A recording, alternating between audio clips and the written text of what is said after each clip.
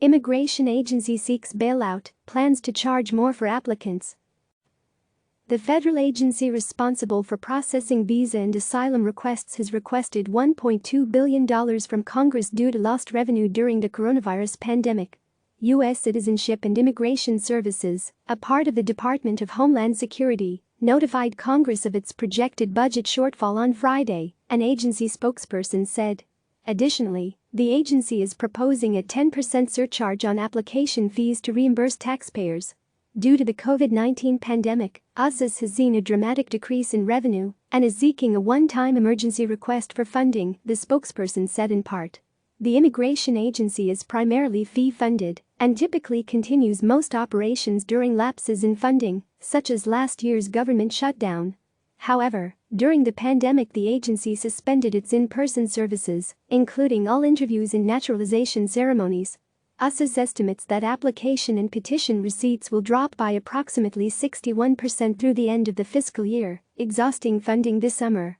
The agency's depleted funds are the inevitable result of the administration's policies that decreased the number of petitions, and thus fees, received by USCIS, said Sarah Pierce, a policy analyst for the U.S. Immigration Policy Program at the Migration Policy Institute. Between the end of fiscal years 2017 and 2019, USCIS received nearly 900,000 fewer petitions, according to Pierce, who added that the decrease was largely driven by the administration's own decisions, such as ending temporary protected status for nationals of several countries or drastically decreasing the number of refugees admitted to the United States.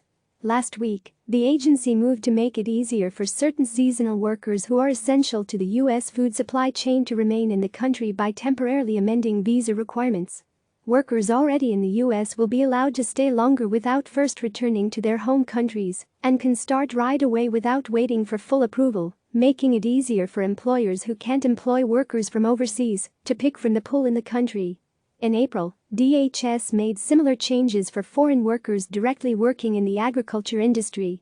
Meanwhile, the Trump administration has been planning for increased immigration restrictions.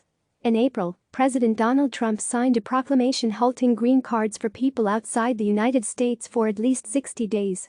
The move came after Trump tweeted that he would temporarily suspend immigration into the United States. Among many changes to the immigration system in recent months, the administration also invoked a public health law, citing the coronavirus, that allowed for the swift removal of migrants apprehended at the border. Acting Homeland Security Secretary Chad Wolf has hinted at coming restrictions in recent weeks, particularly related to student visas. There are some student visas that we are taking a look at. We know that there's fraud, there's abuse in the program, and it's time that we deal with that, he said during a Fox interview last week. Earlier this year, Wolf has installed Joseph Edlow to let USCIS amid a shake-up at the agency. Immigration hardliner Ken Cuccinelli, who is running USCIS, remains the number 2 at Homeland Security headquarters. USCIS has been without permanent leadership since last year. Click subscribe to receive the latest news.